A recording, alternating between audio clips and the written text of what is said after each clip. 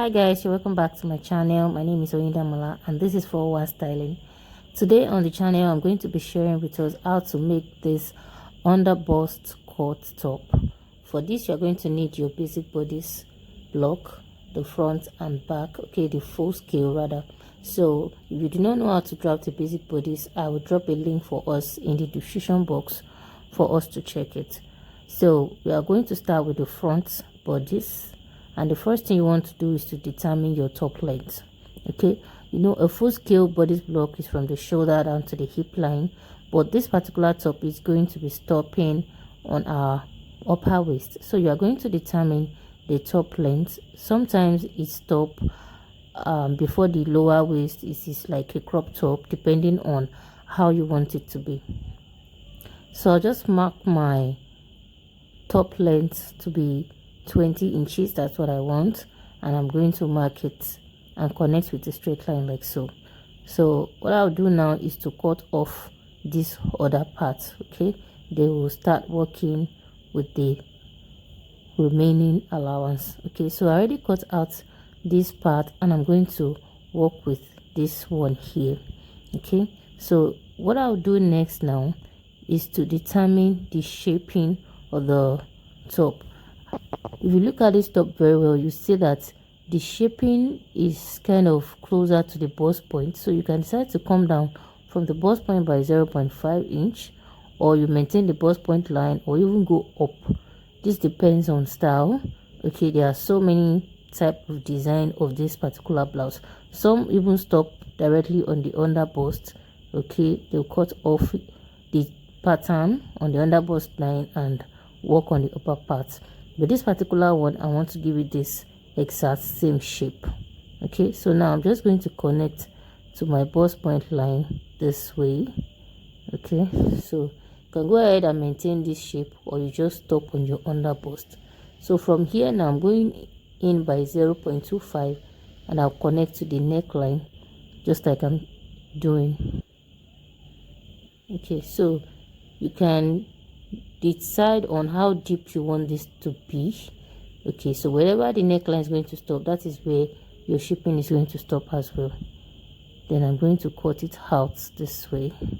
Okay, please, when you want to do your own, you can simply fold in the dart before cutting it out. Okay, it's still going to be the same thing. So after that, I'm going to close this waist dart for the lower pattern. Okay, you can close it and tape it down or cut it out. So but before that, we'll work on this upper bodice. I want to reshape this area. It's kind of wide. Okay, so the next thing I want to do now is to close the bust dart. But before I close the bust dart, I'll need to open up the waist darts. That is the roll of darts. You open up a dart to close another one. So I'm going to tape this down. Okay, because this method that we are using for this top is a slash and spread method, and it is a type of dart manipulation, so we need to close the darts. Okay, and from this point you are going to connect to the shoulder if you do not have your shoulder darts.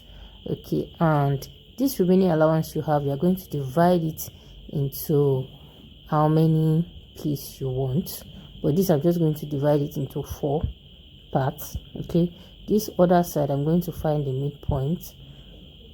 I'm just doing this to guide me on how many parts I want it to be. It's just like a guide for how much more allowance I'm going to be adding.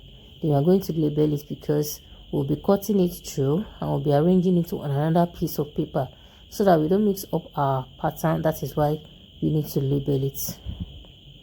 So after this, I'm going to come with a piece of paper and I'm going to place this on it. Okay, because to get the pleating or the gathers at the underbust and the shoulder, we will need to have enough allowance. So now I'm going to work on the back pattern before we go back to the front. So on the back bodice too, you're going to measure your length. Remember, it's going to be a back length, so definitely it's going to be shorter than that of the front. So here I'm just going to subtract the difference between my front length and the back length, and I'm going to mark it out. If you check the video on how to draft a basic bodice, you will understand the front length and the back length. I also have a video on how to draft on how to take a body measurement rather. Okay, so here I'm just going to find the midpoint of the armhole. You can either use a princess dart at the back, or you use a shoulder dart, or you just maintain your waist dart. So if you want to use a princess dart, you find a midpoint of your armhole and connect to the chest line, just like you see me doing. This depends on you actually. I'm not going to do that. I just want to show us what it's going to look like. So you can decide to have it like this. You are definitely going to plot your normal princess dart for a back bodice. Remember, the front is different from the back. So but I'm not going to use this. You can even decide to use your shoulder dart by finding the midpoint of the shoulder slope. Okay, you find the midpoint and you connect back to the chest line. You connect back to the dart around the chest line, just like this. Okay, so you will now open up the shoulder dart to eliminate the waist dart. So anyhow you want it. Okay, the back is very flexible. You can do the way you like, but you have to cut off this excess. So this is what I'm going to be working with. So if you want to cut it off, you can cut it off, and you can also sew in your allowance when you are sewing your fabric. And as for this back, you're going to add a zipper allowance to the center back. And if you don't want to have a zip, you want to maintain the front button or allowance or zip rather, you can do that. So what I'll do next now is to arrange my pattern. Although I do not need the neckline area, I just place it on the paper just to guide me. Okay, the placement of the paper, the allowance in between, depends on how much more gathers you want on your shoulder. So you are going to place the paper one after the other. You measure the allowance you want to add in between each of the paper, and so on like that. But for this particular top, as you can see, the shoulder does not really have much pleats. Okay, so definitely the way I'm going to arrange it, I'm not going to add enough allowance around the shoulder area. I'm going to place it close to each other. It's just only the underbust area that's going to have allowance. So after the arrangement, you are going to trace it out from the shoulder to the armhole to the side and the underbust area. So when you are tracing this, you need to be careful. Arrange your patterns carefully so that you get the same results by the time you are done, because you are going to gather all this allowance back to our normal measurement. Okay, if you want to have a pleat, you can simply mark that point where you have your pleat, and you can also use gathers. So I'm going to remove this because I do not need it. Okay, because we already create another neckline by connecting from the shoulder, by connecting from the neck width to the bust points. Okay, so now what I'm going to do next is to cut out this new pattern, and that is what I'm going to use to cut out my fabric. And as for the lower part now, you can tape it down and you can also cut off the dart. Okay, in case you want to have a bone or boning line, or you want to snatch that lower waist. So, or even if you don't want to have anything on that part, you can simply cut it off and you transfer to your fabric like that. So you will be cutting 2 of this. Okay, so you just place this on your pattern, and when you are sewing it, you're not going to need any dart intake again.